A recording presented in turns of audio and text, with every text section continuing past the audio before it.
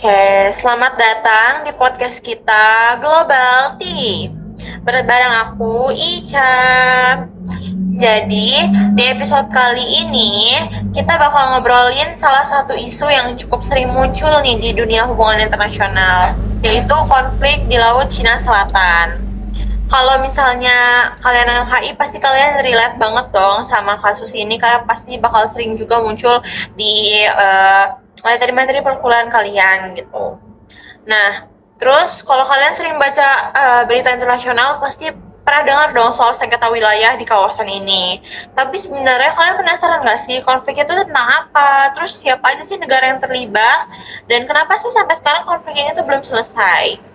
Nah, buat ngebahas itu semua, hari ini aku nggak akan sendirian. Udah ada dua narasumber yang bakal bantu aku ngebahas isu ini dengan lebih santai, tapi juga tetap informatif. Jadi mari kita sambut, halo Kak Intan, halo Kak Farah, gimana kabarnya? Halo Kak Ica, Alhamdulillah baik. Halo, Kak. Baik. Kak Ica gimana kabarnya? Alhamdulillah baik. Alhamdulillah. Oke. Oke, sekarang mungkin kita langsung masuk ke topiknya aja kali ya, Kak. Jadi, mungkin dari Kak Intan dulu. Aku pengen tanya nih, Kak, sebenarnya kalau kita lagi ngomongin konflik Laut Cina Selatan, ini tuh konflik kayak gimana sih? Boleh tolong dijelasin? Oke, terima kasih banyak Kak Ica atas kesempatannya. Jadi kita langsung aja. Sebenarnya konflik di Laut Cina Selatan itu adalah sengketa wilayah yang melibatkan beberapa negara di kawasan Asia Timur dan Asia Tenggara. Nah, wilayah ini tuh diperebutkan karena mempunyai sumber daya alam yang cukup besar seperti minyak, gas, dan juga hasil perikanan. Selain itu, Laut Cina Selatan juga merupakan salah satu jalur perdagangan internasional yang sangat penting, Kak. Jadi bukan cuma soal siapa yang punya wilayah ya Kak di Laut Cina Selatan ini, tapi juga soal ekonomi, terus juga perdagangan dunia ya, jalur perdagangan dunia kan ya? Iya, betul banget. Jadi banyak kapal dagang internasional yang lewat kawasan ini tuh setiap hari loh, Kak. Jadi bisa dibilang Hmm, ini tuh punya nilai strategis yang sangat tinggi. Hmm, pantesan banget ya banyak negara yang punya kepentingan di sana. Nah, kalau gitu sebenarnya negara mana aja sih Kak yang terlibat di dalam konflik ini? Oke, jadi negara-negara yang terlibat dalam konflik Laut Cina Selatan ini itu ada Cina sendiri, terus ada Vietnam, ada Filipina, ada Malaysia, dan juga Brunei Darussalam. Jadi masing-masing negara ini punya klaim wilayah sendiri di Laut Cina Selatan itu. Aku juga sering banget tuh dengar istilah nine dash line kalau lagi bahas konflik ini. Sebenarnya itu tuh apa sih Kak? Boleh tolong dijelasin nggak? Soalnya takut para audiens juga belum paham gitu ya soal istilah ini. Oke, jadi Nine Dash Line itu merupakan garis klaim yang dibuat oleh China untuk menunjukkan wilayah laut yang mereka anggap itu sebagai bagian dari wilayahnya. Tapi masalahnya garis ini tuh mencakup hampir sebagian besar wilayah laut Cina Selatan, sehingga jadi tumpang tindih nih dengan klaim negara-negara lain gitu. Oh, jadi makanya sering diperdebatin ya Kak? Iya Paham, betul. paham. Mhm, karena banyak pihak ya, banyak negara-negara yang terlibat itu menilai klaim ini nggak sesuai dengan aturan hukum laut internasional. Oh, kalau misalnya kita lagi bahas tentang hukum internasional nih Kak, sebenarnya ada nggak sih aturan yang ngatur soal wilayah laut kayak gini? Ada Kak. Jadi salah satu aturan paling penting adalah itu United Nations Convention on the Law of the Sea, atau yang kita sering sebut itu UNCLOS Kak. Jadi perjanjian ini dibuat oleh PBB untuk mengatur berbagai hal yang berkaitan dengan hukum laut seperti batas wilayah laut, zona ekonomi eksklusif, dan hak negara terhadap sumber daya laut.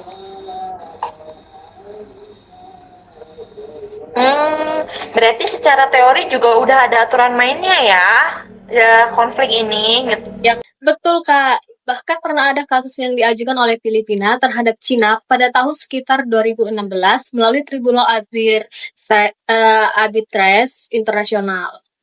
Oh iya iya iya, aku juga sempat dengar tuh soal itu. Hasilnya gimana ya Kak kalau boleh tahu? Jadi hasil dalam keputusan tersebut itu tribunal ini mengatakan bahwa klaim 9 days line milik Cina itu tuh tidak punya atau tidak memiliki dasar hukum yang kuat menurut UNCLOS. Tapi dalam praktiknya keputusan itu tidak sepenuhnya menyelesaikan konflik karena negara-negara yang terlibat juga punya kepentingan politik dan strategisnya masing-masing.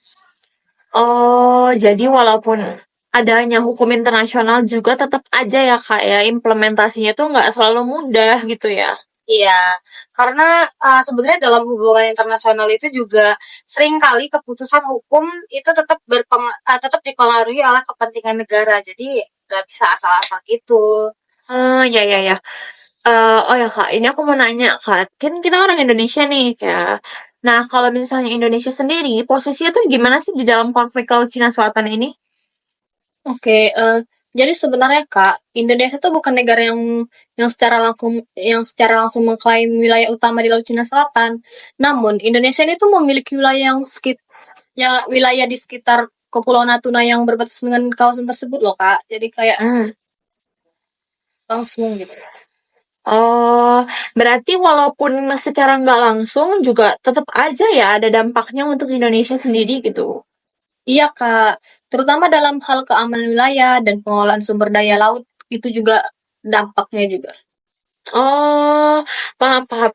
Nah, kalau misalnya dari sisi kawasan sendiri, ada nggak sih Kak upaya untuk nyelesain konflik ini tuh secara damai? Jadi nggak harus secara militer, nggak harus secara perang gitu.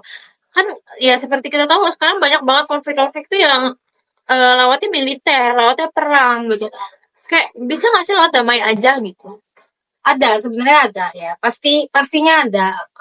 Salah satu upaya yang dilakukan itu melalui kerjasama regional dalam ASEAN. Jadi negara-negara ASEAN ini berusaha mendorong dialog dan mendorong dialog, diplomasi dan juga kerjasama agar konflik ini tuh nggak berkembang menjadi konflik militer. Jadi cukup di situ aja gitu.